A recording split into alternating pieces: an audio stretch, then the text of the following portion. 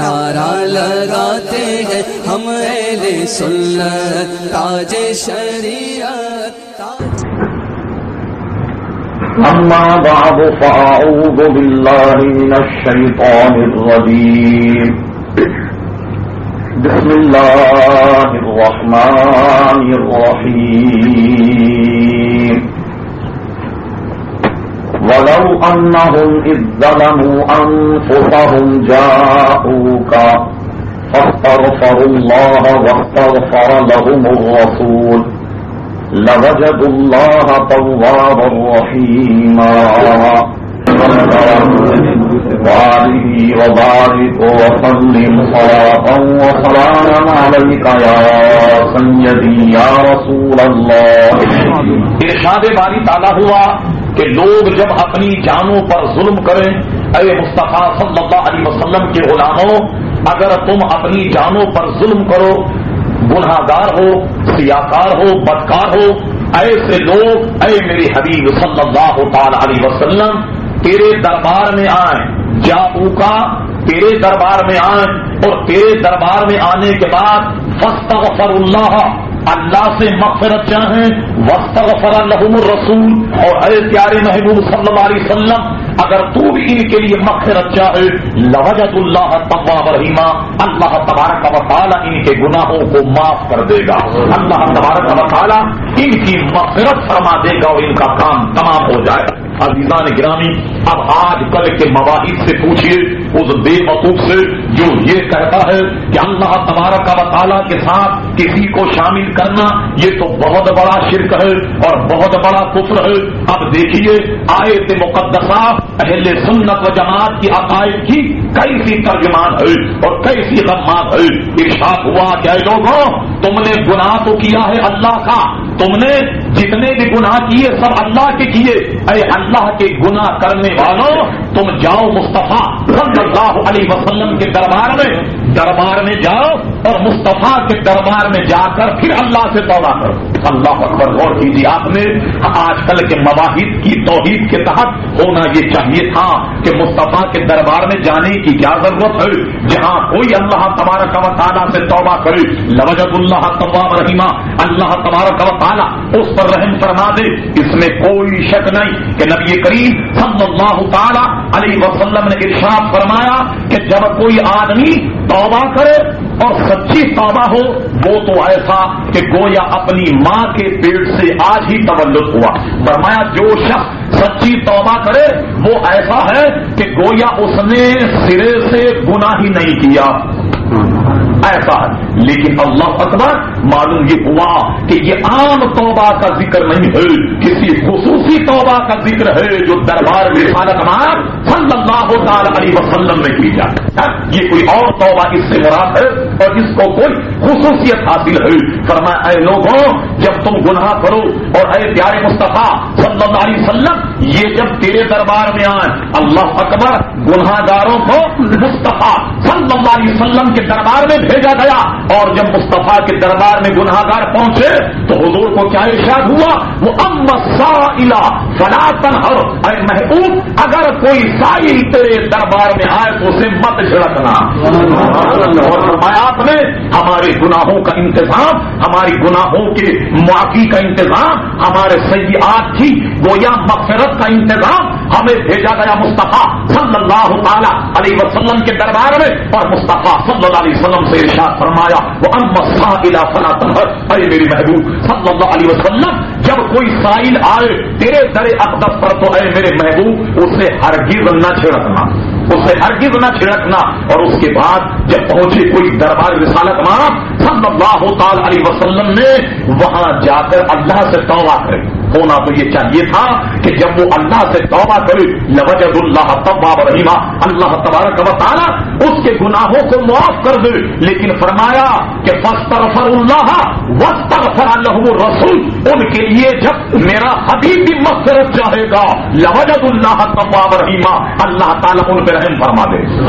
معلوم یہ ہوا کہ گناہوں کی مغفرت جناب نبی کریم صلی اللہ تعالی علیہ وسلم کے دربار سے ہوتی ہے. بعض احمقوں کو یہ کہتے ہوئے سنا گیا, انہوں نے کہا نہیں صاحب یہ تو اعمال جو ہے یہی مغفرت کا ذریعہ ہے. یقیناً اعمال مغفرت کا ذریعہ ہے. میں بڑی ذمہ داری سے عرض کروں گا کہ اگر اعمال مغفرت کا ذریعہ ہے تو جناب نبی کریم صلی اللہ علیہ وسلم کی ذات قبول اعمال کا ذریعہ ہے. حضور کے وسیلے کے اعمال ہی قبول نہیں ہوں گے تو ذریعہ کیا خاص بنے. اگر حضور کا وسیلہ نہ ہو تو اعمال ہی سرے سے قبول نہیں ہوں گے. تو اب بتاؤ جب سرے سے اعمال قبول ہی نہیں ہوئے تو وہ نجات کا ذریعہ کیسے بنے گا. تو لوگوں کا یہ فلسفہ کہ نہیں اعمال ہی ذریعے نجات ہے, تو میں عرض کروں گا کہ واقعی اعمال ذریعے نجات ہے, لیکن مصطفیٰ صلی اللہ علیہ وسلم کی ذات قبول اعمال کا ذریعہ ہے. حضور کے ذریعے سے اعمال قبول ہوتے ہیں. عزیزان گرامی غور فرمایا آپ نے جناب نبی کریم صلی اللہ تعالی علیہ وسلم کے وسیلے کو اللہ تبارک و تعالی نے کتنی شان سے بیان فرمایا. اب میں ایک بات ذرا مشکل ہے مگر بڑی آسانی سے آپ کے سامنے میں رکھتا ہوں. ارشاد باری تعالی ہوا یا ایھا الذین آمنوا استعینوا بالصبر والصلاۃ, اے ایمان والو صبر اور صلاۃ سے مدد چاہو اور صلاۃ سے مدد چاہو. یہ بتائیے صاحب صبر اور صلاۃ یہ کیا ہے؟ خدا ہے. صبر خدا ہے, صلاۃ خدا ہے. بتائیے صاحب جو احمد یہ کہتے ہیں کہ غیر اللہ سے تو سرے سے مدد ہی ناجائز ہے, تو یہ صبر کیا ہے؟ خدا. صلاۃ کیا ہے؟ خدا ہے. اچھا یہ بتائیے صاحب میں آپ سے پوچھتا ہوں کہ اعمال بھی مخلوق ہیں اور صبر اور صلاۃ سے مدد مانگو. آپ میں کوئی ہے ایسا آدمی کہ وہ اٹھ کر کھڑا ہو جائے اور یہ کہے کہ صاحب میں نے جتنی نمازیں پڑھی ہیں یہ ساری کی ساری نمازیں میری قبول ہو گئی؟ کوئی دعویٰ کر سکتا؟ کوئی شخص اس بات کا مدعی ہے کہ مجمع میں کھڑا ہو جائے اور یہ کہے صاحب فلاں وقت میں نے فلاں موقع پر صبر کیا تھا اور وہ سب اللہ تبارک و تعالیٰ کی ذات میں مقبول ہو گیا؟ ہے کسی کے پاس کوئی دعویٰ؟ معلوم یہ ہوا کہ ہمارے پاس کوئی سند نہیں ہے کہ ہم یہ کہیں کہ ہمارا سب اللہ کے یہاں قبول ہو گیا. کوئی سند ہمارے پاس نہیں ہے کہ ہم یہ کہیں کہ ہماری نماز اللہ کے یہاں قبول ہو گئی. ایمان سے کہو کہ یہ اعمال ہیں اور جس کے قبول ہونے اور نہ ہونے کا مسئلہ موجود ہے. عزیزان گرامی ایمان سے کہو کہ جب اعمال مخلوق ہیں اور مخلوق میں سب سے بہتر مخلوق جناب نبی کریم صلی اللہ علیہ وسلم کی ذات, یہ بتائیے صاحب وہ رب کے دربار میں مقبول ہے یا نہیں؟ حضور مقبول ہے یا نہیں؟ اب بتائیے کہ نماز مقبول ہونے کا کوئی دعویٰ نہیں کر سکتا, سب مقبول ہونے کا کوئی دعویٰ نہیں کر سکتا. ارے اعمال کے مقبول ہونے کا جو مخلوق ہے کوئی دعویٰ نہیں کر سکتا, لیکن ہم میں کا ہر شخص اس بات کا مدعی ہے کہ جناب نبی کریم صلی اللہ علیہ وسلم کی ذات اللہ تبارک و تعالیٰ کے دربار میں مقبول ہے. ارے جو نامقبول ہے اس سے تو مدد مانگو اور جو مقبول ہے اس سے مدد نہ جائے. نعرہ تکبیر, نعرہ رسالت. فرمایا کہ یا ایھا الذین آمنوا استعینوا بالصبر والصلاۃ, نماز اور صبر سے مدد مانگو. ارے اس مخلوق سے تو مانگو جس کے مطابق ہمیں پتہ نہیں کہ یہ رب کے دربار میں مقبول ہوں گے یا نہیں, لیکن مصطفیٰ کی ذات تو رب کے دربار میں مقبول ہے. ان سے مدد مانگنا, ان سے توسل, ان سے استعانت کیسے شرک ہو سکتا ہے؟ بات آپ سمجھ گئے. معلوم یہ ہوا کہ جناب نبی کریم صلی اللہ تعالی علیہ وسلم کا واسطہ اور وسیلہ یہ اچھا ہے, یہ مستحب ہے. یہی طریقہ صحابہ کرام علیہم الرضوان کا ہے کہ عمر رضی اللہ تعالیٰ عنہ حضرت عباس رضی اللہ عنہ کو ممبر پر بٹھاتے ہیں.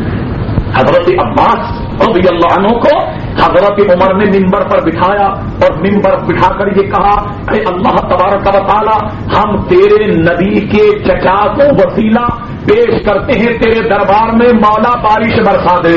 بارش ہونے لگ گئی, بارش ہونے لگ گئی. اچھا صاحب اس سے کم یہ بات تو معلوم ہوئی کہ وسیلہ جائز ہے, وسیلہ جائز ہے. انہوں نے کہا ہاں یہ تو پتا چل گیا کہ وسیلہ جائز ہے, مگر اس سے پتا یہ چلا کہ زندے سے جائز ہے اور مردے سے ناجائز. حضرت عمر رضی اللہ عنہ کو یہ چاہیے تھا کہ بعد وصال نبی کریم علیہ الصلوۃ والسلام یہ کہتے اے اللہ تبارک و تعالی اپنے نبی صلی اللہ تعالی علیہ وسلم کے وسیلے سے بارش برسا دے، مگر حضرت عمر نے حضرت عباس کو منبر پر بٹھایا اور کہا اے اللہ تبارک و تعالی یہ تیرے نبی کے چچا ہیں، ہم ان کا وسیلہ پیش کرتے ہیں، بارش برسا دے۔ بارش ہو گئی۔ ان کا دیکھیے صاحب ثابت یہ ہوا کہ زندے سے جائز ہے، مردے سے ناجائز، کیونکہ حضور کا وصال ہو گیا، ورنہ ان کا وسیلہ۔ عزیزان گرامی حقیقت حال یہ ہے، مجھے بتائیے کہ حضرت عمر نے کسی اور شخص کو منبر پہ کیوں نہیں بٹھایا؟ کسی اور کو بٹھا دیتے، حضرت عثمان کو بٹھا دیتے، ابو ہریرہ کو بٹھا دیتے، فلاں کو بٹھا دیتے، زید کو بٹھا دیتے، بکر کو بٹھا دیتے، خالد کو بٹھا دیتے، حضرت عباس کو کیوں بٹھایا؟ اور بٹھا کر کیا کہا؟ اے اللہ تبارک و تعالی ہم تیرے نبی کے چچا کو وسیلہ بناتے ہیں۔ ارے حضرت عباس کو اسی لیے بٹھایا کہ وہ مصطفیٰ کے چچا ہیں، بظاہر تو عباس ہیں مگر وسیلہ مصطفیٰ ہی کا۔ ابھی تو فرمایا کہ آج ہم تیرے دربار میں تیرے نبی کے چچا کو وسیلہ بناتے ہیں۔ ایمان سے کہو کہ اصل میں وسیلہ چچا تھے یا حضور صلی اللہ علیہ وسلم، مگر ہم کو نظر نہیں آیا۔ حضرت عباس تو نظر آئے مگر پسے پردہ جناب نبی کریم صلی اللہ تعالی علیہ وسلم کی ذات نظر نہیں آئی۔ تو یہاں وسیلہ بہرحال نبی کریم صلی اللہ تعالی علیہ وسلم کا ہے، اگرچہ ظاہری طور پر حضرت عباس رضی اللہ تعالی عنہ منبر شریف پر بیٹھے ہوئے۔ عزیزان گرامی میں نے جو آیت مقدسہ آپ کے سامنے تلاوت کی ہے، اسی سے ہمارے علماء حج کرنے کے بعد جناب نبی کریم صلی اللہ تعالی علیہ وسلم کے مزار پرانوار پر جانے کا جواز پیش کرتے۔ اللہ اکبر، بات آ گئی اہل محبت کی۔ الحمدللہ سارے اہل محبت بیٹھے ہوئے ہیں، تو اب آئیے ذرا سا تقریر کا رخ ذرا دوسری طرف کر لیا جائے کہ ہم اور آپ مدینے کیوں جاتے ہیں۔ علماء نے ایک بحث سے، بحث یہ ہے کہ صاحب مکہ افضل ہے یا مدینہ؟ بعض علماء نے کہا مکہ افضل، بعضوں نے کہا مدینہ افضل۔ اچھا صاحب اس میں تو اختلاف، مگر میں نہایت وضاحت کے ساتھ عرض کرتا ہوں، جناب نبی کریم صلی اللہ علیہ وسلم جس قبر میں موجود زمین کا وہ حصہ جو جسم مصطفیٰ سے لگا ہوا، مکے اور مدینے میں تو اختلاف ہے مگر وہ زمین جو جسم مصطفیٰ صلی اللہ علیہ وسلم سے لگی ہوئی ہے، ارے اس کی عظمت، اس کی فضیلت، وہ فضیلت نہ کعبے کو حاصل ہے، نہ مقام ابراہیم کو حاصل ہے، نہ چاہے زمزم کو حاصل ہے، نہ صفا مروا کو حاصل ہے، نہ حجر اسود کو حاصل ہے، نہ جنت کو حاصل ہے، نہ کرسی کو حاصل ہے، نہ عرش اعلیٰ کو حاصل ہے۔ وہ فضیلت قبر مصطفیٰ صلی اللہ علیہ وسلم یعنی زمین کا وہ حصہ جو جسم مصطفیٰ صلی اللہ علیہ وسلم سے لگا ہوا۔ قرآن سنیے، قرآن کیا کہتا، ارشاد باری تعالیٰ ہوا لأقسم بہذا البلد انت حل بہذا البلد۔ اے میرے محبوب صلی اللہ علیہ وسلم مجھے قسم ہے مکہ شہر کی، کیوں؟ اس لیے کہ یہاں کعبہ ہے؟ نہیں۔ اس لیے کہ یہاں زمزم ہے؟ نہیں۔ اس لیے کہ یہاں مقام ابراہیم ہے؟ نہیں۔ اس لیے کہ یہاں حجر اسود ہے؟ نہیں۔ اس لیے کہ یہاں صفا مروا ہے؟ نہیں۔ دیکھو مقام مصطفیٰ، ارشاد ہوا کہ لا اقسم بہذا البلد انت حل بہذا البلد۔ محبوب اس شہر کی قسم اس لیے ہے کہ تو اس شہر میں رونق افروز۔ دیکھو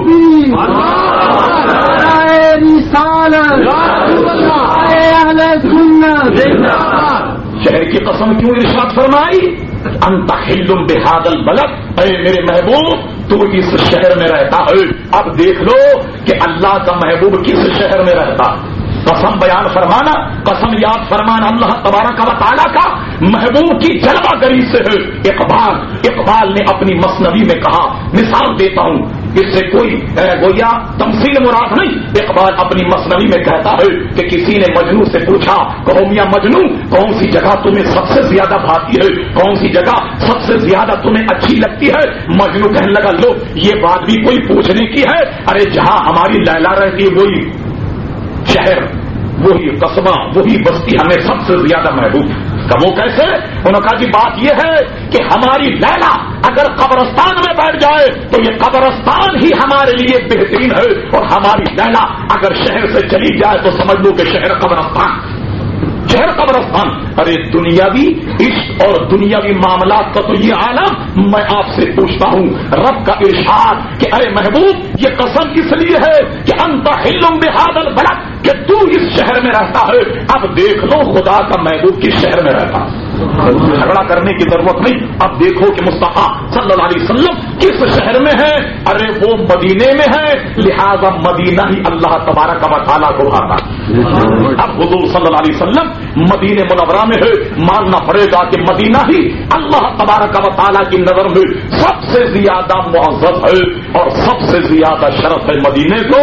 لیکن ہاں میں نے یہ عرض کیا کہ اس میں علماء کا اختلاف نہیں کہ وہ زمین جو جس میں مصطفیٰ سے لگی ہوئی ہے اس سے افضل نہ دنیا میں کوئی شے ہے نہ اقوا میں کوئی شے ہے.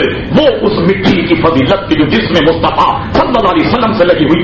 اچھا اگر آپ چلیے دیگر معاملات سے موازنہ بھی کریں تو آپ اس نتیجے پر پہنچیں گے کہ مدینے کی فضیلت مدینے ہی کی. اور فرمایا مکہ میں اگر کوئی ایک نیکی کرے تو اس کا ثواب 1,00,000 کے برابر, 1,00,000 کے برابر. مدینے میں اگر کوئی ایک نیکی کرے اس کا ثواب 50,000, اس کا ثواب 50,000. آپ کہیں گے صاحب اس میں تو مکہ ہی بھلا معلوم ہوتا ہے کہ جہاں ایک نیکی کا پھل 1,00,000 ہے اور وہاں ایک نیکی اگر کوئی کرے تو 50,000. اس سے معلوم ہوتا کہ مکہ شہر ہی بالکل ٹھیک ہے.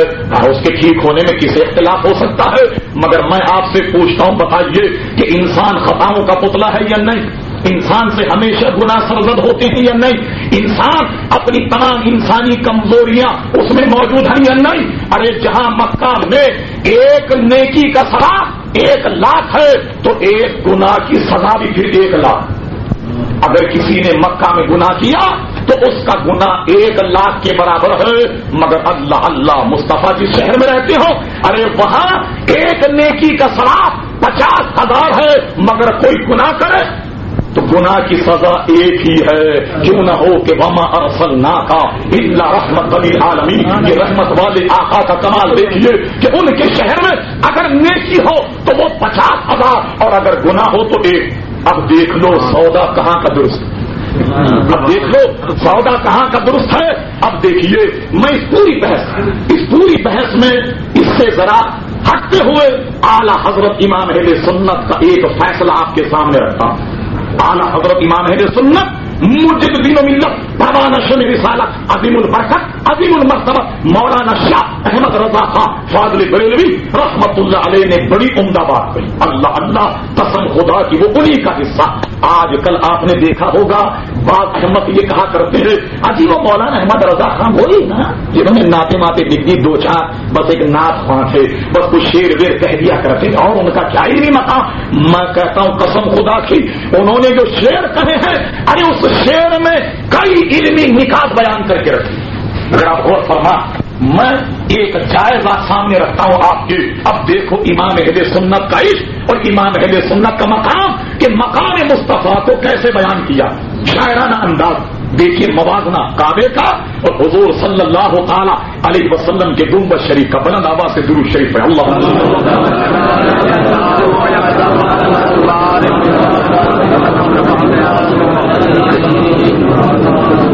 اب سنیے گا ذرا امام اہل سنت کا جائزہ. ان کی اپنے انداز میں کیا کہتے ہیں کعبہ دلہن ہے تربت اتھر نئی دلہن. کہتے ہیں کعبہ بھی دلہن اور حضور صلی اللہ علیہ وسلم کی تربت یہ بھی دلہن ہے. کعبہ دلہن ہے تربت اتھر نئی دلہن. وہ رشک آفتاب یہ غیرت قمر کی ہے. وہ رشک آفتاب یہ غیرت قمر کی ہے. کہتے کعبہ بھی دلہن اور نبی کریم صلی اللہ علیہ وسلم کا مزار قرآن یہ بھی دلہن ہے. وہ رشک آفتاب ہے تو یہ غیرت قمر کی ہے. کہتے ہیں دوسری بات سنو, کہتے ہیں دونوں بنی انیلی سجیلی بنے مگر ایک آدمی کی 2 بیویاں بلا تشریح یوں سمجھے ایک آدمی کی 2 بیویاں ہوں اور دونوں بیویاں خوب آراستہ خوب سجایا جائے, خوب جناب ان کو سجایا جائے, خوب انہیں جناب بنایا جائے. کہتے ہیں دونوں بنی انیلی سجیلی بنے مگر دونوں کو خوب سجایا گیا، لیکن یہ کیسے پتا چلے کہ کون سی دلہن کو دلہا چاہتا؟ یہ کیسے پتا چلے گا؟ فرماتے دونوں بنی انیلی سجیلی بنے مگر جو پی کے پاس ہے وہ سہاگن کنور کی ہے، جو پی کے پاس ہے وہ سہاگن کنور کی ہے۔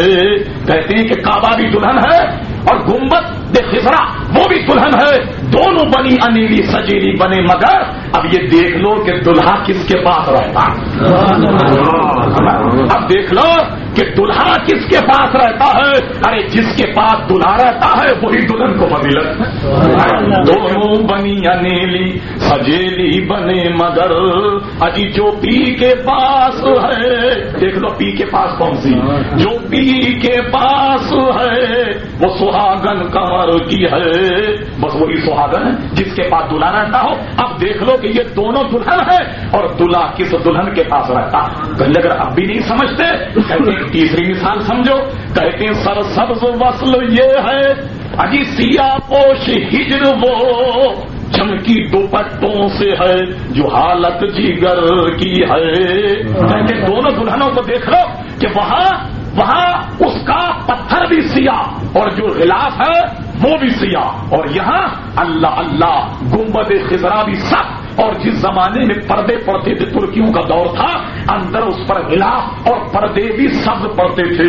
کہتے ہیں دونوں دلہنوں کا اندازہ اس سے لگا لو کہ وہ دلہن بھی کالی اور اس کا دوپٹہ بھی کالا، اور یہ دلہن اللہ اللہ اس کا رنگ بھی ہرا اور اس پر دوپٹہ بھی ہرا۔ اب دیکھ لو کہ کون سی دلہن خوش ہے اور کون سی فراغ میں۔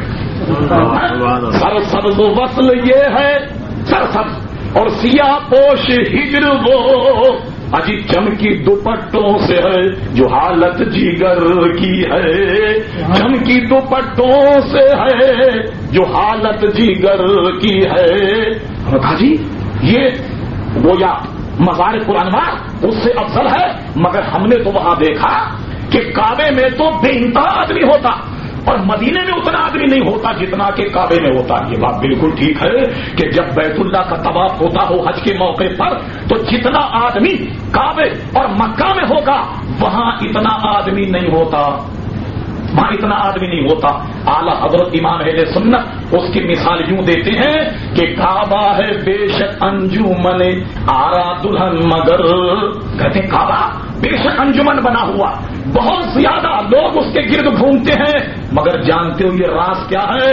کہتے ہیں کعبہ ہے بے شک انجمن آرا دلہن مگر ساری برات دلہنوں میں دولہا کے گھر کی ہے۔ نعتیں پڑھا کرتے تھے شاعر تھے، دیکھو کیسے رات بیان کر دی امام اہل سنت۔ کہتے ہیں کہ کعبہ ہے بے شک انجمن آرا دلہن مگر، ارے ساری برات دلہنوں میں دولہا کے گھر کی ہے۔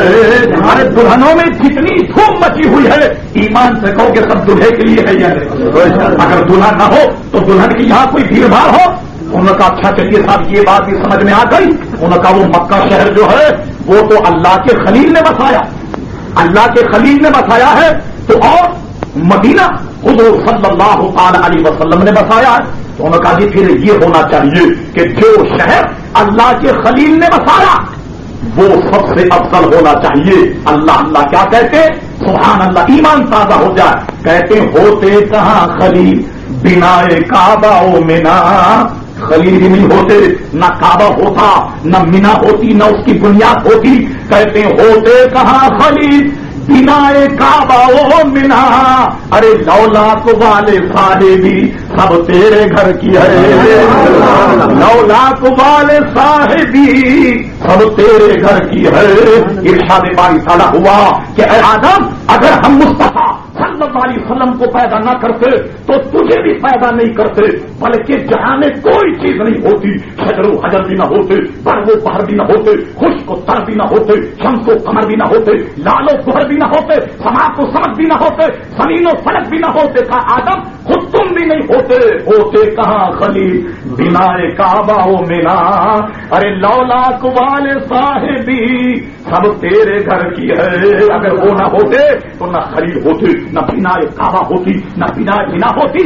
ارے یہ سارا ادھم، یہ ساری برات مصطفیٰ صلی اللہ علیہ وسلم کے لیے۔ کہتے ہیں اچھا نہیں، اگر اب بھی کوئی نہیں مانتا تو کہا پانچویں بات سنو، کہتے ہیں کہ طیبہ نہ صحیح افضل، چل مکہ ہی بڑا زاہد، کہتے ہیں زاہد جب تیری مان لیتے ہیں کہ کعبہ افضل ہے اور مدینہ افضل نہیں، طیبہ نہ صحیح افضل، ابھی مکہ ہی بڑا زاہد، مگر ہم تو عشق کے بندے ہیں کیوں بات بڑھائی ہے، ہم عشق کے بندے ہیں کیوں بات بڑھائی ہے، ہم تو عشق کے ماننے والے ہیں، ارے کیوں تو نے اتنی دور طویل گفتگو کر دی۔ عزیزان گرامی غور کیا آپ نے کہ کعبے کی عظمت، گنبد کی عظمت کو سامنے رکھتے ہوئے امام اہل سنت نے کیا شاندار بات پیش کی ہے، قسم خدا کی وہ انہی کا حصہ ہے، ماننا پڑے گا کہ ان کی نعت گوئی عام نعت خانوں کی طرح نہیں ہے، ارے وہ تو دین کے روز بیان کرتے شعر کہتے ہیں۔ اور سنیے ایک بات مجھے اور یاد آ یہ بتائیے صاحب، آدمی کی ہر دہنی چیز کو افضلیت ہے، آدمی اگر مسجد میں جائے کون سا پیر پہلے رکھے گا؟ دہنا، کھانا کھائے تو کون سے ہاتھ سے کھائے گا؟ دہنے کو فضیلت ہے۔ علماء سے پوچھیے، فرماتے ہیں اگر نماز باجماعت ہو رہی ہو اور بعض مقتدی امام کے دہنی طرف ہیں اور بعض بائیں طرف ہیں، بائیں طرف والوں کی نسبت دہنی طرف جو ہیں انہیں ثواب زیادہ، اس لیے کہ امام کے دہنی جانب ہیں، مگر وہاں کا معاملہ کچھ اور ہے، مدینے کا معاملہ کچھ اور ہے۔ بتائیے صاحب، حضور صلی اللہ علیہ وسلم کا مزار پر انوار یہ مدینے میں کس جانب ہے؟ بائیں جانب۔ اب یہاں کوئی امام کے پیچھے نماز پڑھ رہا ہو، اگر وہ دہنی طرف پڑھے تو ثواب زیادہ، جو بائیں طرف ہیں ان کا درجہ زیادہ، مصطفیٰ کے قرب کی وجہ سے ان کا درجہ زیادہ ہے۔ تو دیکھو ثواب کچھ اور ہے، درجہ کچھ اور۔ مثلا میں کہتا ہوں کہ کوئی بادشاہ اپنے غلام سے خوش ہو کر اسے 10 لاکھ ریال انعام میں دے دے، وزیر کا درجہ گھٹ جائے گا؟ نہیں گھٹے گا۔ معلوم ہوا کہ انعام اور ہے، درجہ اور ہے۔ یہاں جب آپ کھڑے ہوں تو دہنی طرف ثواب ہے اور بائیں طرف درجہ، بائیں طرف درجہ کیوں ہے؟ اس لیے کہ جناب نبی کریم صلی اللہ تعالی علیہ وسلم کے قرب کی وجہ سے اس کا درجہ زیادہ۔ جو بات مجھے یاد آئی وہ بھی بڑی ایمان افروز، اعلیٰ حضرت امام اہل سنت مولانا شاہ احمد رضا فاضل بریلوی رحمۃ اللہ علیہ جب مسجد نبوی گئے تو کیا دیکھا کہ مسجد نبوی میں حضور صلی اللہ تعالی علیہ وسلم کا مزار پر انوار مسجد نبوی کی بائیں جانب۔ وہ سوچ میں پڑ گئے کہ احمد رضا یہ کیا بات ہے، حضور کا روضے انور عرش سے اعلیٰ، کرسی سے اعلیٰ، جنت سے اعلیٰ، کعبے سے اعلیٰ، مقام ابراہیم سے اعلیٰ، گویا ہر شے سے اعلیٰ ہے۔ تو عقل یہ کہتی ہے کہ اسے تو دہنی جانب ہونا چاہیے، دہنی جانب ہونا۔ کہتے ہیں کہ کعبے سے گر تربت شہ فاضل ہے، کعبے سے گر تربت شہ فاضل ہے، تو کیوں بائیں طرف اس کے لیے منزل ہے۔ کہتے ہیں جب یہ کعبے سے افضل، عرش اور کرسی سے افضل ہے تو اس کی منزل بائیں جانب کیوں؟ عقل یہ کہتی ہے کہ جب یہ کائنات میں سب میں زیادہ افضل ہے، عقل و خرد کا فتویٰ یہ ہے کہ اسے مسجد نبوی کے دہنی جانب ہونا چاہیے تھا۔ امام اہل سنت کا ذہن جناب سوچ میں ہے کہ اے مولا یہ سارا سما کیا ہے۔ احمد رضا کی عقل تو یہ کہتی ہے کہ یہ جب دنیا اور مافیہ میں سب سے افضل ترین شے ہے تو اس کو تو دہنی جانب ہونا چاہیے تھا۔ اے میرے مولا، مگر مشاہدہ احمد رضا کا ساتھ نہیں دے رہا۔ احمد رضا دیکھ رہا ہے کہ گنبد خضرا بائیں جانب۔ اللہ اللہ، جب فیصلہ ہوا، امام اہل سنت جب فیصلہ کیا تو اس فیصلے کا اظہار جو کیا ہے قسم خدا کی یہ بھی اعلیٰ حضرت ہی کا حصہ۔ کہتے ہیں کہ کعبے سے گر تربت شہ فاضل ہے تو کیوں بائیں طرف اس کے لیے منزل ہے۔ سوچ رہے کہتے مسئلہ حل ہو گیا۔ اللہ اللہ، کیا کہتے اس فکر میں یہ جو چیزیں ہیں یہ فکر میں لگ گیا، میں فکر میں لگ گیا۔ کہتے ہیں اس فکر میں جب دل کی طرف دھیان گیا، کہتے یہ میں سوچ رہا تھا کہ میرا دھیان دل کی طرف گیا۔ اللہ اللہ، کہتے اس فکر میں جب دل کی طرف دھیان گیا، سمجھا کہ وہ جسم ہے اور یہ مرکز دل ہے۔ دیکھو انسان کا دل میں نہیں کہہ رہا. نبی کریم علیہ السلام نے ارشاد فرمایا کہ انسان کے بدن میں ایک ایسا خون کا لوتھڑا ہے, ایک ایسے خون کی ایک گویا بوٹی ہے کہ جسے دل کہتے ہیں. ارے وہ اگر صحیح کام کرے پورا بدن صحیح کام کرتا ہے. وہ اگر مفلوج ہو جائے پورے بدن کو مفلوج کر دے گا. وہ اگر خراب ہو جائے تو پورا بدن خراب ہو جائے گا. بھائی جتنے اہل محفل ہیں ایمان سے کہو کہ دل منبع حیات ہے یا نہیں, مرکزی حیثیت ہے یا نہیں؟ بتاؤ کہاں ہے؟ بھائی جانب ہے. کہتے ہیں سبحان اللہ. میں جب سوچنے لگا تو اس فکر میں جب دل کی طرف دھیان گیا, ارے سمجھا کہ یہ جسم ہے اور یہ مرکز دل ہے.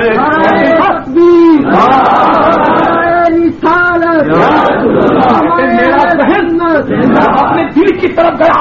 ارے دل مرکز ہے انسان کا.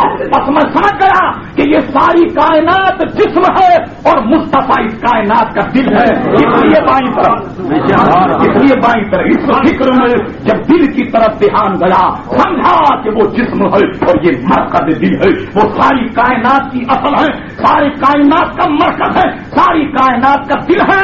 اس لیے مسجد نبوی کے بانی جانب ہے. اور نے جو کہے کہ مولانا احمد رضا خان تو خالی نعت پڑھا کرتے تھے. ایمان سے کہو کہ نعت یا اشعار کو ذریعہ بنا کر کیسے علمی نکات بیان کر دیے. قسم خدا کی امام اہل سنت کی کا حصہ کر رہا تھا میں آپ سے کہ مسجد نبوی میں گنبد خضرا وہ ٹھکا جس میں مصطفیٰ صلی اللہ علیہ وسلم سے لگی ہوئی ہے. ارے وہ فضیلت نہ کعبے کو ہے, نہ عرش کو ہے, نہ جنت کے کسی ٹکڑے کو ہے کہ جو فضیلت اس مقام کو ہے کہ جس میں مصطفیٰ صلی اللہ تعالی علیہ وسلم آج آرام فرما رہے ہیں. عزیزان گرام یہی وجہ ہے کہ ہم اور آپ حج کے لیے جب جاتے ہیں تو حج کرنے کے بعد مدینے کی طرف جاتے ہیں. اور ایک حسن اتفاق ایمان کو تازہ کر دے گی ایک بات کہ جب ہم حج کرنے جاتے ہیں, اعلیٰ حضرت بھی گئے حج کرنے, اچھا حج کرنے کے بعد جب مدینے ہم جاتے ہیں, مدینے جب جاتے ہیں حج کے بعد امام اہل سنت کعبے کو دیکھتے ہیں. اوہو نظر جب پڑی میزاب رحمت پر نظر پڑی. عزیزان گرامی بس امام اہل سنت کی نظر میزاب رحمت پر جب پڑی تو مگن ہو گئے. کیا کہتے ہیں؟ اللہ اللہ. پہلے ذرا تمہید سن لیجیے اس کی کہ کوئی بہت بڑا دواخانہ, کوئی بہت بڑی فرم, کوئی بہت بڑا محکمہ اگر کسی گلی کے اندر ہو تو آپ جانتے ہیں کہ گلی کے کنارے ایک سائن بورڈ بنا ہوتا ہے جس پہ ایرو بنا ہوتا ہے, تیر بنا ہوتا ہے کہ میاں یہ تو ہے بورڈ اور اصل دکان اندر ہے, اصل دکان اندر ہے. اللہ اللہ یہ کرشمہ قدرت دیکھو کہ میزاب رحمت کا رخ مدینے کی طرف, میزاب رحمت کا رخ مدینے کی طرف ہے. امام اہل سنت میزاب رحمت کو دیکھا. اللہ اللہ کیا کہتے ہیں کہ غور سے سن تو رضا کعبے سے آتی ہے صدا, میری آنکھوں سے میرے پیارے کا روضہ دیکھو. میزاب رحمت تمہیں کہہ رہا ہے کہ ارے یہ تو سائن بورڈ ہے, اصل دکان کہاں ہے جہاں تمہاری مغفرت ہوگی. فلم انمی فلم انفسهم جاؤوکا فاستغفروا الله واستغفر لهم الرسول لوجدوا الله توابا رحیما. اصل مغفرت کی دکان اگر کوئی دیکھنا چاہے تو وہ دیکھو کہ میزاب رحمت کہاں اشارہ کر رہا ہے. اور سے سن تو رضا کعبے سے آتی ہے صدا, میری آنکھوں سے میرے پیارے کا روضہ دیکھو. کہتے ہیں حاجیوں آؤ شہنشاہ کا روضہ دیکھو. ارے کعبہ تو دیکھ چکے, اب کعبے کا کہاں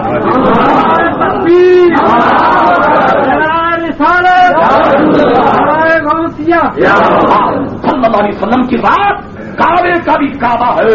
عزیزان گرامی میں نہیں کہہ رہا, بخاری میں 2 حدیثیں موجود ہیں.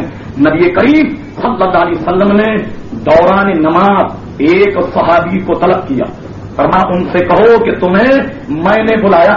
وہ گئے, ان سے کہا کہ تمہیں رسول اللہ صلی اللہ علیہ وسلم نے بلایا. انہوں کا میں ذرا نماز پڑھ لوں, نماز پڑھ کے آتا ہوں. اچھا نماز پڑھ کر حاضر بارگاہ رسالت معاف ہوئے تو انہوں نے فرمایا کہاں تھے؟ کہنے لگے نماز پڑھ رہا تھا. فرمایا میں نے تمہیں بلایا تھا؟ کہنے لگے ہاں آپ نے بلایا تھا مگر میں نماز پڑھ رہا تھا.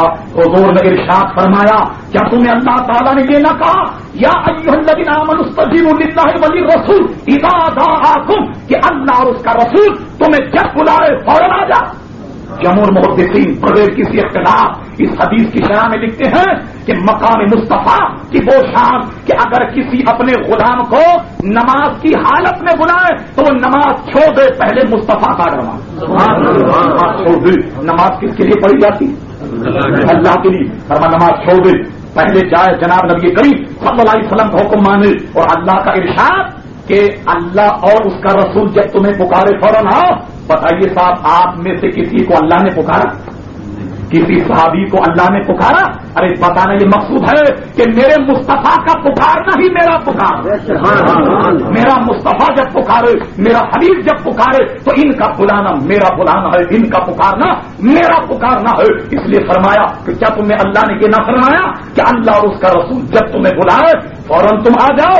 اللہ اللہ علماء نے اس میں جو مسائل بیان کیے سبحان اللہ ایمان تازہ ہو جائے۔ فرماتے ہیں کوئی آدمی نماز پڑھ رہا ہو اور جناب نبی کریم علیہ السلام اسے بلائیں، وہ نماز چھوڑے، پہلے حضور کا حکم مانے، اور اس آنے والے کی نماز چھوڑ کر آنے والے کی نماز بھی نہیں ٹوٹے گی، نماز نہیں ٹوٹے گی۔ مخلوق سے 2 رکعت پڑھی، 4 کی نیت کی، 2 رکعت پڑھ کر 2 رکعتیں چھوڑ دے، پہلے آئے مصطفیٰ سے بات کرے اور پھر چلا جائے نماز پڑھنے، دوبارہ نیت کرنے کی ضرورت نہیں ہے، وہ 2 شامل ہوں گی، اس کے بعد پھر ہاتھ باندھ کر اپنی نماز شروع کرے، نماز نہیں ٹوٹے گی۔ آپ کہیں گے صاحب بڑی عجیب بات ہے، یہ تو فقہ کے بے انتہا مسائل سے بات ٹکر گئی، ہم نے تو علماء سے یہ سنا، ہم نے تو عالمگیری اور جناب شامی اور دیگر فقہ کی کتابوں میں یہ پڑھا کہ کوئی آدمی اگر دوران نماز کسی کو سلام کرے تو نماز گئی، کسی سے کلام کرے تو نماز گئی، کسی سے سلام کا جواب دے تو نماز گئی، اگر نماز میں وہ چلا تو نماز گئی، بولا تو نماز گئی، قبلے کی طرف سے اس کا منہ اگر گھوم گیا تو نماز گئی۔ ارے یہ تو چلا، یہ تو قبلے سے گھوما، اس نے تو بات بھی کی، مصطفیٰ سے سلام بھی کیا، کلام بھی کیا، مگر اس کی نماز نہیں گئی۔ علماء فرماتے ہاں نہیں گئی، کیوں؟ اس لیے کہنے لگے یہ تو چل کر کے آیا، ارے انہوں کا آیا اسی کے حکم سے کہ جس کے حکم سے کھڑا ہوا تھا، آیا بھی تو انہیں کے حکم سے کہ جن کے حکم سے کھڑا ہوا، ارے انہوں کا اس نے تو کلام کیا۔ علماء فرماتے کس سے کیا کلام؟ ارے اسی سے کلام کیا کہ دوران نماز جس کو سلام کرتا، السلام علیکم ایھا النبی ورحمۃ اللہ وبرکاتہ، ارے کلام اسی سے تو کر رہا ہے کہ دوران نماز جن پر درود و سلام پڑھ رہا، اسی سے تو کلام کر رہا، تو نماز کیسے ٹوٹے؟ اچھا صاحب انہوں کا جی یہ قبلے سے گھوما، قبلے سے گھوم گیا، اب بھی نماز نہیں گئی؟ انہوں نے کہا اب بھی نہیں گئی، اس لیے کہ یہ پہلے قبلے کی طرف تھا، قسم خدا کی اب جو قبلے کا قبلہ ہے ان کی طرف سے بیت اللہ شریف سے فارغ ہو کر جناب نبی کریم صلی اللہ علیہ وسلم کے دربار میں حاضری دیتے، اور جناب مصطفیٰ صلی اللہ علیہ وسلم نے ارشاد فرمایا کہ جو کوئی حج کرنے آئے اور پھر میرے دربار میں نہ آئے تو اس نے مجھ پر ظلم کیا، اس نے مجھ پر ظلم کیا۔ فرمایا کہ جو بیت اللہ کا حج کرے اور میری قبر کی زیارت کرے تو گویا وہ ایسا جیسا کہ میری زندگی میں اس نے میری زیارت، اس نے میری زندگی میں زیارت۔ ایک موقع پر فرمایا کہ جس نے میرے قبر کی زیارت کی اس پر میری شفاعت واجب ہو گئی، مجھ پر یہ لازم ہو گیا کہ کل قیامت میں ہم اس کے شفیع بن جائیں۔ امام مالک کے واقعات میں ہم نے پڑھا، اور اس کو حضرت علامہ امام اجل امام الائمہ شیخ عبد الحق محدث دہلوی رحمۃ اللہ علیہ نے جذب القلوب میں نقل فرمایا کہ امام مالک ایسے آدمی کو درے کی سزا دیتے کہ جو مدینے میں آن کر یہ کہے کہ میں نے حضور کی قبر کی زیارت کی، اس کو درے مارتے جو یہ کہتا کہ میں نے حضور کی قبر کی زیارت کی۔ امام مالک کا موقف یہ تھا کہ جو مدینے میں آئے وہ یہ کہے کہ میں نے مصطفیٰ کو دیکھا، یہ نہ کہے کہ میں نے مصطفیٰ کی قبر کی زیارت کی ہے، بلکہ یہ کہے کہ میں نے مصطفیٰ صلی اللہ تعالی علیہ وسلم کو دیکھا، میں نے حضور صلی اللہ علیہ وسلم کو دیکھا۔ عزیزان گرامی غور فرمایا آپ نے، یہ ہے اہل سنت و جماعت کا ایمان اور یہ ان کا عقیدہ، انشاءاللہ اس کے خلاف کوئی دلائل نہیں لا سکتا۔ بعض لوگوں نے کہا کہ مسجد نبوی کی طرف جانا شرک ہے، غلط کہتا ہے جو یہ کرے مسجد نبوی کی طرف، جناب نبی کریم صلی اللہ علیہ وسلم کی نیت مسجد نبوی کی نیت سے جانا یہ معصیت کا سفر ہے، میں کہتا ہوں غلط کہتا ہے۔ اس کی پوری تحقیق اور اس پر جتنی حدیثیں آئیں ان کی مکمل راویوں کی اسماء و رجال پر اگر کسی کو مکمل کلام دیکھنا ہے تو حضرت علامہ تقی الدین سبکی شافعی رحمت اللہ علیہ کی کتاب الشفاء السقام کا مطالعہ کرے کہ ہر روایت کو جو جانچ پڑتال کر کے بیان کیا ہے سوائے پھول کے انشاءاللہ مخالف کے پاس چارہ نہ ہوگا. عرض یہ کر رہا تھا ولو انہم اذ ظلموا انفسہم جاؤوک فاستغفروا اللہ واستغفر لهم الرسول لوجدوا اللہ توابا رحیما. اے محبوب جب یہ گناہگار آئے وہ اما السائل فلا تنہر، محبوب انہیں مت چھوڑنا، اور جب یہ تیرے دربار میں آئیں گے مجھ سے مغفرت چاہیں گے، اے میرے محبوب تو بھی اگر ان کے لیے مغفرت چاہے گا لوجدوا اللہ توابا رحیما، اللہ تبارک و تعالی ان کے گناہوں کو معاف فرما دے گا. عزیزان گرامی خوب یاد رکھیے کہ لوگ کہتے ہیں صاحب جو کچھ مانگنا ہے اللہ کے در سے مانگو، ارے مصطفیٰ کا در ہی اللہ کا در. اعلیٰ حضرت امام اہل سنت مجدد الدین ملت پروانہ شمع رسالت عظیم البرکت عظیم المرتبت مولانا شاہ احمد رضا خان فاضل بریلوی رحمت اللہ علیہ فرماتے ہیں کہ جو تیرے در سے یار پھرتے ہیں ارے در بدر یوں ہی خار پھرتے ہیں، جو تیرے در سے یار پھرتے ہیں در بدر یوں ہی خار پھرتے ہیں. جو مصطفیٰ کے در سے پھر گیا سمجھ لو کہ ساری زندگی خوار ہو گیا، اسے کسی در سے نہیں مل سکتا. اللہ کا در مصطفیٰ صلی اللہ تعالی علیہ وسلم ہی کا در. ایک بات رہ جاتی ہے، انہوں نے کہا اس آیت مقدسہ پر کلام اسی وقت تھا کہ جب حضور صلی اللہ علیہ وسلم اس دنیا میں موجود تھے. اب جانا جائز نہیں، اب اگر جائے حضور صلی اللہ علیہ وسلم سے مغفرت چاہے تو یہ جائز نہیں ہے. اب سنیے حضرت علامہ شاہ عبد الحق محدث دہلوی کیا کہتے ہیں، جن سے سارے وہابی جتنے ہیں سب کی سند مل جاتی. شاہ عبد الحق محدث دہلوی رحمۃ اللہ علیہ ان کے استاد ہیں شاہ عبد الحق محدث دہلوی. کیا فرماتے ہیں اپنی کتاب جذب القلوب الی تیار المحبوب میں نقل فرماتے ہیں کہ حضور کے وصال کے 3 دن کے بعد ایک اعرابی ایک دیہاتی حضور کی قبر انور پر آیا. اور کیجیے بتانا یہ مقصود ہے کہ آج بھی اس کا حکم جاری ہے یا نہیں. آج بھی اگر کوئی مصطفیٰ کے دربار میں جائے تو آپ دیکھیں اس کا کیا حال. شاہ عبد الحق محدث دہلوی فرماتے کہ ایک شخص ایک اعرابی حضور کے مزار پر انوار پر حضور کے انتقال 3 دن کے بعد آیا. حضرت علی نے اس کو روایت کیا کہ وہ دیہاتی آن کر کیا کہتا، اللہ اللہ وہ تھا اعرابی وہ تھا دیہاتی مگر قسم خدا کی وہ آج کل کے پڑے ہوئے وہابیوں سے کئی گنا جانا تھا. بہت عقل مند تھا. کیا کرتا حضور کے مزار پر آیا اور قبر کی مٹی اٹھا کر اپنے سر میں ڈالتا اور روتا اور یہ آیت پڑھتا ولو انہم اذ ظلموا انفسہم جاؤوک فاستغفروا اللہ واستغفر لهم الرسول لوجدوا اللہ توابا رحیما. اے میرے آقا میں نے بہت گناہ کیا ہے اور ایسے گناہگاروں کو اللہ نے آپ کے دربار میں بھیجا ہے.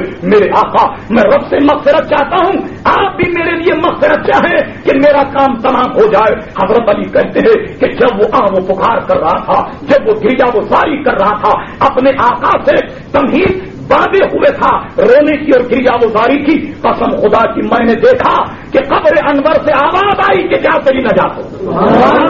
آج بھی اگر کوئی جائے مصطفیٰ کے دربار میں تو مصطفیٰ آج بھی نہیں ٹھکراتے. کیوں کہ ان کی شان یہ ہے وہ اما السائل فلا تنہر، وہ کسی کو نہیں چھڑکتے. اعلیٰ حضرت امام اہل سنت اسے یوں بیان کرتے ہیں کہ واہ کیا جود و کرم ہے شہ بتہا تیرا، نہیں سنتا ہی نہیں مانگنے والا تیرا. کوئی حضور کے دربار سے نہیں کا لفظ سنتا ہی نہیں، وہاں تو ہاں ہی ہاں ہے، جو آ جائے اس کا کام ہو جاتا ہے. یہ تو تھا ان کا کلام. اللہ اکبر، اللہ ہزاروں رحمتوں کی بارش شاہ عبد الحق محدث دہلوی کے مزار پر انوار پر کرے. ساری روایت نقل کر کے اتمام حجت کے لیے انہوں نے ایک اپنا واقعہ لکھا. شاہ عبد الحق محدث دہلوی اپنا واقعہ لکھتے اسی کتاب. کہتے ہیں کہ فقیر ایک مرتبہ مدینے میں گیا، حضور کے روض انور پر کھڑا ہوا ہے. اچانک دل میں خیال آیا کہ یا رسول اللہ صلی اللہ علیہ وسلم عبد الحق محدث دہلوی تو آپ کا مہمان ہے اور آپ نے میری دعوت نہیں کی. یہ خیال آیا. اس خیال کا آنا تھا کہ شاہ عبد الحق محدث دہلوی کہتے ہیں کہ پیچھے سے ایک آدمی نے تھپکی دی کہ آئیے جناب ہمارے یہاں آپ کی دعوت. کہتے ہیں وہ لے گیا، اپنے ساتھ لے گیا، 20-25 میل پیدل گیا.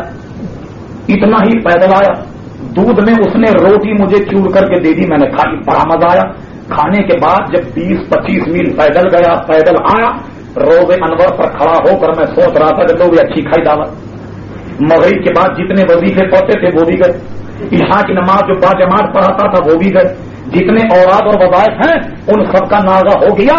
اب تو آدھی رات بیت گئی ایسی دعوت کھانے میں. تو ایک شخص سے پوچھا کہ وقت کتنا گزرا؟ تو وہ شخص کہنے لگا کہ شاہ صاحب ابھی تو عشاء کی اذان نہیں ہوئی. ابھی تو عشاء کی اذان نہیں ہوئی. شاہ عبدالحق محدث دہلوی کہتے ہیں میں سمجھ گیا کہ یہ دعوت میری مصطفیٰ نے کی.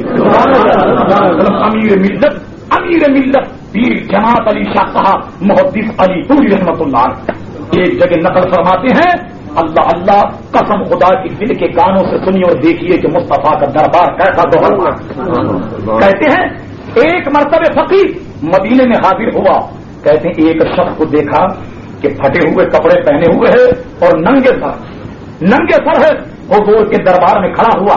میں نے یہ جان کر کہ یہ کوئی حاجت مند اسے پکڑ کر کہا کہ چلو میرے گھر گیا. گھر جانے کے بعد میں نے دیکھا کہ ننگے سر ہے. تو کہتے میں نے اپنے شوق کے لیے کشمیری ٹوپی بنائی. جیسے کراپوری ہوتی ہے اس زمانے میں کشمیر کی بڑی قیمتی ہوتی, اس زمانے 150-200 کی ہوتی. کہتے ہیں وہ میں نے ٹوپی اپنے شوق کے لیے بنائی تھی پہننے کے لیے. میں نے اس سے کپڑے دیے اور کپڑے دینے کے بعد وہ کشمیری ٹوپی اس کے سر پہ رکھ دی. جب اس کے سر پر رکھی تو وہ کھلا کر ہنسنے لگا. اتنا ہنسا. پیر صاحب نے پوچھا خیریت تو ہے؟ کہنے لگے کیا خیریت؟ اگر میں بتاؤں تو آپ یقین نہیں کریں. یقین نہیں کریں؟ کہنے بتائیے. کہا اگر بتاؤں گا یقین نہیں کریں. انہوں نے کہا بتاؤ. کہنے لگے میں بتاؤں. کہنے لگے میں تو سرکار کے روزے پر یہ کہہ رہا تھا یا رسول اللہ سر ننگا ہے ٹوپی چاہیے مگر ٹوپی پہنوں گا تو کشمیر کی پہنوں گا. ٹوپی پہنوں گا تو کشمیر کی پہنوں گا, کوئی دوسری نہیں پہنوں گا. اور وہی ٹوپی سرکار کے دربار سے مل گئی. عزیزان گرامی یہ ہے مصطفیٰ صلی اللہ علیہ وسلم کی شان. ارے آج بھی اگر کوئی مصطفیٰ کے دربار میں جائے قسم خدا کی اگر عقیدہ ہو تبھی اسے فائدہ ہوگا. حضور فرماتے ہیں مدینے کی مٹی میں شفا ہے مگر اسی کے لیے جس کا عقیدہ بھی غیر نتو غیر نہیں کوئی وہاں بھی شرابی کبابی چلا جائے. انہوں نے کہا جی مدینے کی مٹی کھا لے اسے شفا ہو جائے. غلط. اس کے لیے ہے کہ جس کا اعتقاد بھی ہو. میں دلیل عرض کرتا ہوں. مجھے بتائیے آج کل کے جتنے ڈاکٹر جتنے بھی یہ ڈاکٹر ان کا روحانیت سے کوئی تعلق ہے سر؟ دوا آلے ایکس رے وغیرہ وغیرہ سے تعلق ہے ان کا. ان ڈاکٹروں کا اجماعی مسئلہ ہے کہ مریض کو دوا سے جبھی فائدہ ہوگا کہ جبکہ مریض کو بھی یقین. دوا سے مریض کو فائدہ جبھی ہوگا کہ جب مریض کو یقین ہو کہ اس دوا سے اسے نفع ہوگا. لاکھ دوائیں آپ دے جائیں اور مریض کو اگر اعتقاد دوا پر نہیں ہو تو دوا سے فائدہ نہیں ہوگا. حالانکہ یہ مسئلہ روحانی کہ صاحب اس کا عقیدہ ہے کہ یہ دوا میں شفا ہے یا نہیں, اس دوا سے فائدہ ہوگا یا نہیں. اس کا تعلق نہ ڈاکٹر سے ہے نہ مریض سے ہے. ارے دنیاوی طرح بغیر اعتقاد کے اثر نہیں کرتی تو مصطفیٰ کا دربار بھی بغیر عقیدے کے نفع نہیں ہوگا. اگر نفع ہوگا تو جب ہی ہوگا کہ جب عقیدہ رہے. الحمدللہ اہل سنت کا عقیدہ یہ ہے کہ دنیا بھر کی نعمتیں مصطفیٰ کے دربار سے ملتی ہے. آج بھی جاؤ تو ملیں گی, کل بھی جاؤ تو ملیں گی. اگرچہ مصطفیٰ ظاہری صورت میں اس آب و دل سے تشریف لے گئے مگر قسم خدا کی وہ اپنی قبر انور میں اب بھی زندہ ہے. ہر شخص کی فریاد سنتے ہیں, جواب دیتے ہیں, رہنمائی فرماتے ہیں. ایک کراچی سے ایک پوسٹر نکلا. انہوں نے کہا جی یہ بتاؤ, جیسے آخری بات کر کے گفتگو ختم کرتا ہوں. انہوں نے کہا جی یہ بات بتاؤ کہ کوئی لندن میں حضور کو پکارتا ہے انگریزی, چائنا سے کوئی پکارتا ہے چینی میں, جاپان سے کوئی پکارتا ہے جاپانیز, ہندوستان سے کوئی پکارتا ہے ہندوستانی زبان میں, حیدرآباد دکن والا حیدرآبادی میں, بنگلور والا بنگلور, مدراس والا مدراس میں. خراب کہ مختلف زبانوں میں مصطفیٰ کو پکارتے ہیں. کیا مصطفیٰ کو ساری زبانیں آتی؟ کو کوئی دلیل لاؤ کہ ساری زبانیں آتی ہوں, کہ چینی بھی سمجھ لیتے ہوں, جاپانی بھی سمجھ لیتے ہوں, سب سمجھ لیتے ہوں. جب اس نے سوال کیا لوگ کہنے لگے سبحان اللہ صاحب مرحبا. مرے نہیں کہتے مرد حیا میں سوال کرا مرحبا کیا زوردار اس نے سوال کیا ہے. کہنے لگے اس کا جواب دیجیے. میں نے عرض کیا کہ بھئی یہ بات بتاؤ کہ شیطان چین میں ہے یا نہیں ہے, جاپان میں ہے یا نہیں ہے بتاؤ بھائی، جاپانی کو برگلا رہا یا نہیں، چینی کو برگلا رہا یا نہیں، لندن والے کو برگلا رہا یا نہیں، ہندوستانی کو؟ تمہارے ابا کو تو ساری زبانیں آتی تمہارے ابا حضور کو تو ساری زبانیں آتی ہیں، مگر اگر نہیں آتی تو مصطفیٰ کو نہیں آتی۔ اللہ اللہ، غور کریں آپ، ہر آدمی اپنے بڑے کی بڑائی بیان کرتا ہے۔ تمہارا بڑا وہ گرو گھنٹال ہے جس کو ساری زبانیں آتی ہیں، مگر مصطفیٰ کے لیے دلیل مانگتے ہو۔ دیکھ لو شیطان پلیت کو کہ چینی کو چینی میں برگلا رہا، جاپانی کو جاپانی میں برگلا رہا، ہندی کو ہندی میں برگلا رہا، عیسائی کو اس کی زبان بن رہا، عبرانی والے کو اس کی زبان برگلا رہا، فارسی والے کو فارسی۔ بتاؤ کہ تمہارے ابا حضور کو آتی ساری زبانیں؟ حضرت جی لاجواب ہو گئے۔ میں نے کہا والد ماجد کو تو ساری زبانیں آتی ہیں آپ کے، اور نہیں آتی تو مصطفیٰ کو ارے شرم کرو، غیرت کرو، پانی نہیں ملے کسی گٹر میں چھلانگ لگا، تمہیں غیرت نہیں آتی؟ نبی کریم صلی اللہ تعالی علیہ وسلم کے لیے ایسی بات کرتے ہو؟ اہل سنت کا مذہب بالکل واضح ہے، جس کا جی چاہے ڈنکے کی چوٹ میں جہاں چاہے سن لے، ہم مصطفیٰ صلی اللہ علیہ وسلم کے غلام ہیں۔ عقیدے اور ایمان کا سودا نہ اس سے پہلے کبھی کیا اور نہ آئندہ کریں گے۔ جو عقیدہ پہلے تھا وہی اب ہے، مرتے دم تک وہی رہے گا، اور قیامت میں بھی انشاءاللہ وہی رہے گا۔ اللہ تعالیٰ ہمیں زندہ رکھے مصطفیٰ کی غلامی میں، ہمیں موت دے مصطفیٰ کی غلامی میں۔ وما علینا الا البلاغ۔